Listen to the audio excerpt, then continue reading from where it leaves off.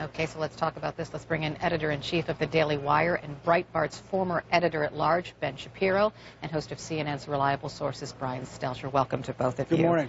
Good morning. Ben, I want to start with you. Steve Bannon's comments. First of all, your initial thoughts. Well, I mean, I think that Steve's, first of all, I think you actually quote Steve completely. So when you say that he says the media should shut up, what he actually said is the media should shut up and listen more to the American people so that they can get better at their job, was essentially trying to say.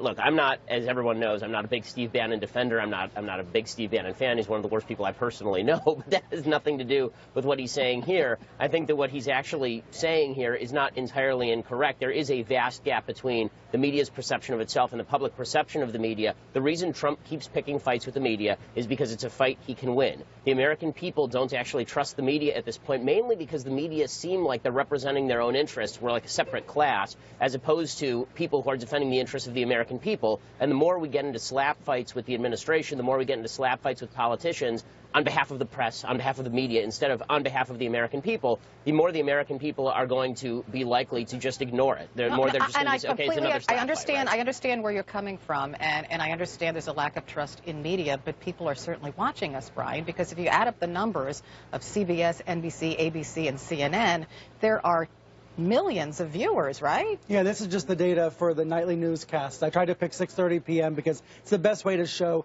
who's tuning in every night. This is NBC, ABC, CBS, plus CNN at that hour, about 27 million on an average night last week. Now, that's a snapshot in time, right? Not everybody tunes in every day. Over time, most of the country is still paying attention to these traditional media outlets, as well as new digital outlets like the one Ben's at, like the Huffington Post and the BuzzFeeds and the Daily Callers of the world. You know, there's a very complicated media ecosystem out there now, and I think, you know, we hear Trump kind of attacking the media in general, but there is no one media, and there is no one American people.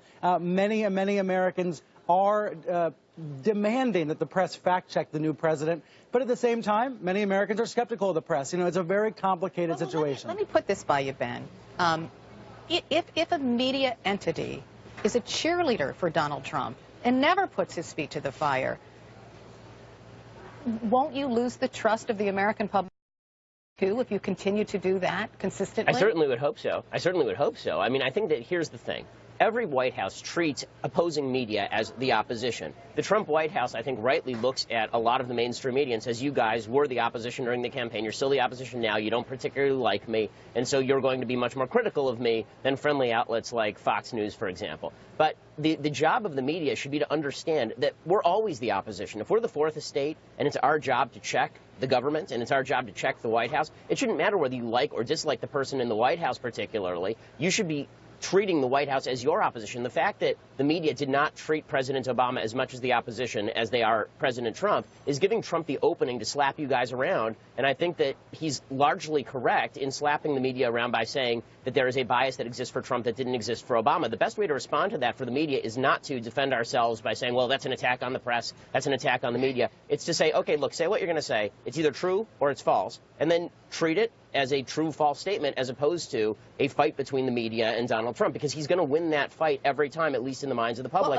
The trucker from Michigan does not care if the media gets it I understand what you're saying, but here's the difficulty for us, Brian, and I think you'll agree. When there is a blatant untruth told by President Trump, for example, the crowd size at the inauguration, should we not call him out on that and ignore it because it doesn't really matter?